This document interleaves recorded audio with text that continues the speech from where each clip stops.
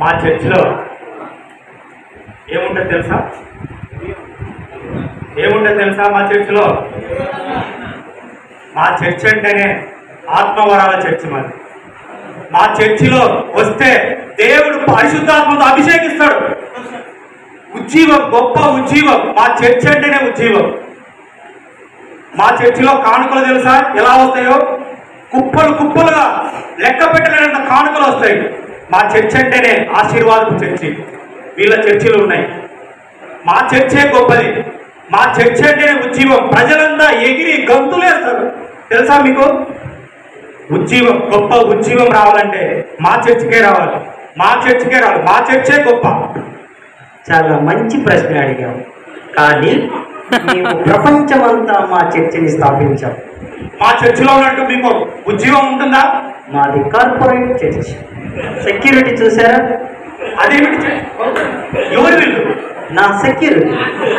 మీకు సెక్యూరిటీ కావాలేమో. మా చర్చికి పరిశుద్ధాత్మ దేవుడే మా శక్తి. మంచి ప్రశ్న.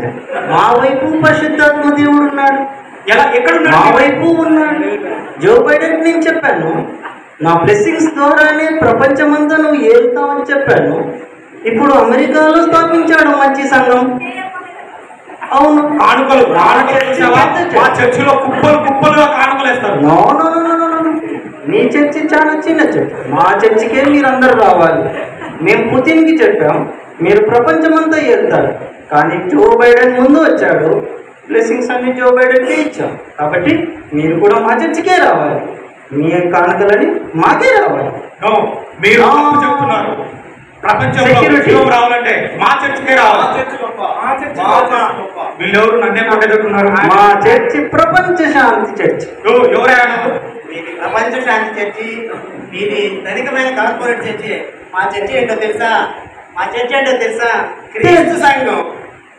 క్రీస్తు సంఘమా? క్రీస్తు మా వైపు ఉన్నాడు. క్రీస్తు మా కార్పొరేట్ చర్చిలో ఉన్నాడు. క్రీస్తు మా వైపు వేస్తాము. చూడండి, మీరు ఎన్ని మాటలుగా చెప్పొచ్చు. క్రీస్తు ప్రభు వారు ఎవరి కోసం ప్రాణం పెట్టాడు?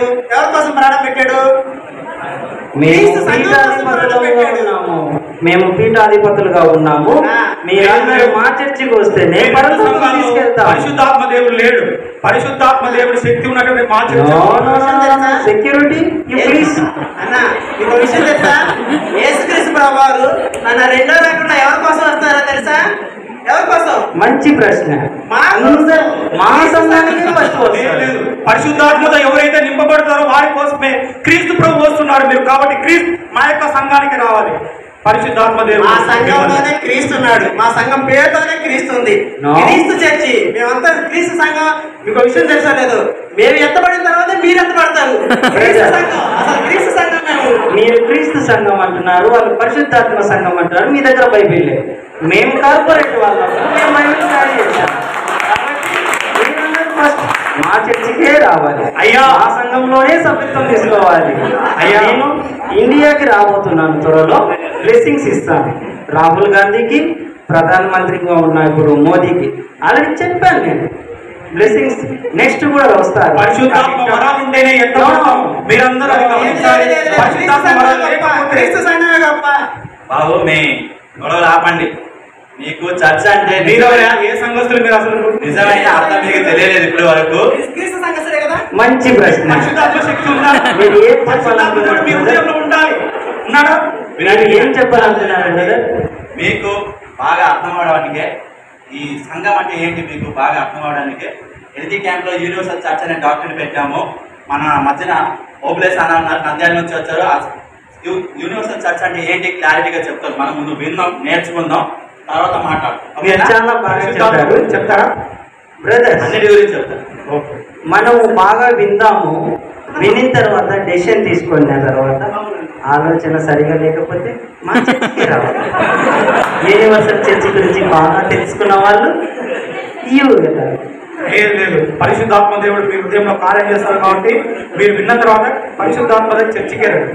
క్రీస్తు సంఘం త్వరలో యూనివర్సల్ చర్చిగా మార్చబడబోతుంది. Thank you. వెల్కమ్.